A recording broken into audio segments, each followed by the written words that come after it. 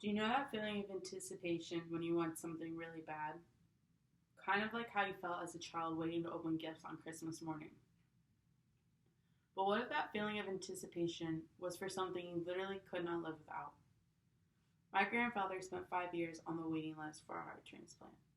Unfortunately, when you get to a certain age, you're no longer eligible to be on the list, just because as you get older, it's harder for your body to recover and you have less chance to actually recover from the transplant. Therefore, they kick you off the list. We eventually resorted to a mechanical heart, but while spending lots of time on the transplant floor, I saw people of all ages waiting as patiently as possible for some type of organ they could not continue living without. Some of these children were as young as toddlers, some of them were as old as my grandfather. The ages ranged widely. One of the people on the waiting list might be someone you know. The need for more organ donors is at a constant rise. Today, I'd like to start off by talking to you all about the need for organ donors. Secondly, I'd like to discuss how you can become an organ donor and help save the lives of somebody's loved one. Lastly, I'd like to talk to you about how your family and the recipients benefit from your donation. Let's begin by discussing the imperative need for organ donors. The problem is that there's a lack of organ donors who make these transplants possible. There are many reasons why people aren't inclined to be organ donors. It may be a conflict with religion, lack of information, or some misconception that one may have. For example, when I was younger and I heard the word organ donation and I was 15 years old at the DMV and they asked me if I wanted to be an organ donor, I thought that literally meant they would take my organs if I was still alive. That actually only happens when you pass away. Anyways, as I said, there's many reasons why people aren't inclined to be organ donors. The U.S. Department of Health and Human Services states on their website organdonor.gov, last updated March 31st, 2016, that, and I quote, 22 people die each day waiting on a transplant. This is due to the clear lack of organ donors. There are simply more people on the transplant list than there are people registered as organ donors. Deborah Mitchell wrote an article in 2010 on Exam Health's website about a study conducted on the decline of organ donation. Right now, organ donations are decreasing as the need is increasing. Though this has always been a problem, Mitchell found that from the years 1999 to 2004, donations were actually on the incline, so they were steadily rising. But since then, they've actually decreased rapidly. This decline is now at a steady drop. What's also interesting is that Mitchell found that 90% of Americans reported being registered as organ donors, but about only 30% actually acted upon donating. The decline in organ donors has serious consequences. According to the United Network for Organ Sharing, last updated July 27, 2017, states that, and I quote, every 10 minutes, someone is added to the National Transplant Waiting List.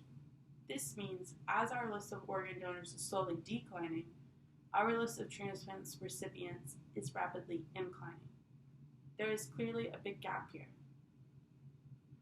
The solution to this problem is hopefully for all of you to become organ donors if you aren't already one, and to also convince your friends and family to do so as well. Not only convince, but to also educate them on the clear need for it. Here are some ways to go about making sure your organs are donated. First, talk with your family about your decision. They're going to be the ones involved in the donation arrangements when you pass away. So if they do not know your wishes of becoming a donor, your wishes may never be carried out. In addition, mark your driver's license so that your license indicates your intent to donate. You can do this at your local DMV office or even online. Either way, it's a fairly quick and simple process. Lastly, fill out, sign, and carry a uniform donor card with you. This donor card says what organs you wish to have donated, and also has places for your family members to actually sign as witnesses after you've discussed your decision with them. This way, if something unforeseen were to happen to you, you can still ensure that your wishes to donate are still carried out. You can see that it isn't difficult to be an organ donor. Now let's look at what may happen if you choose to donate your organs. Organ donation benefits both the donor's family and the recipients.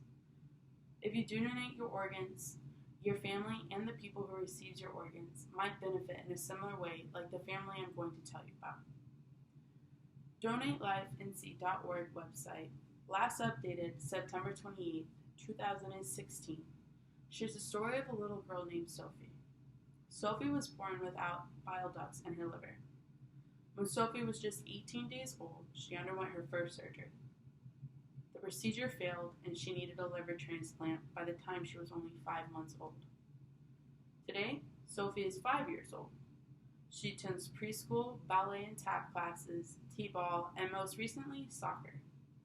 When Sophie scored her first soccer goal in a soccer game, her mom said that her first thought was how thankful she was for a donor to give her little girl the ability to live a normal life and be given a second chance.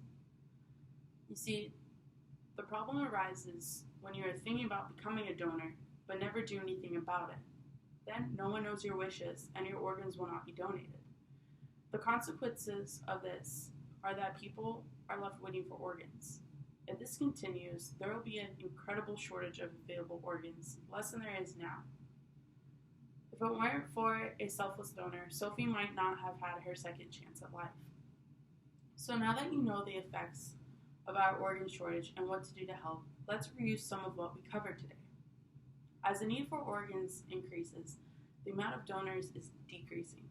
The only way to change this is to convince more people and to also educate them in order so that they can make the decision to save lives and become organ donors. This is so important because if you never know when a family member, loved one, or even you will be in the position where a transplant is needed. I sincerely hope that after you've heard today some of what I've told you, that you will think seriously about becoming an organ donor and to encourage others as well. Thank you.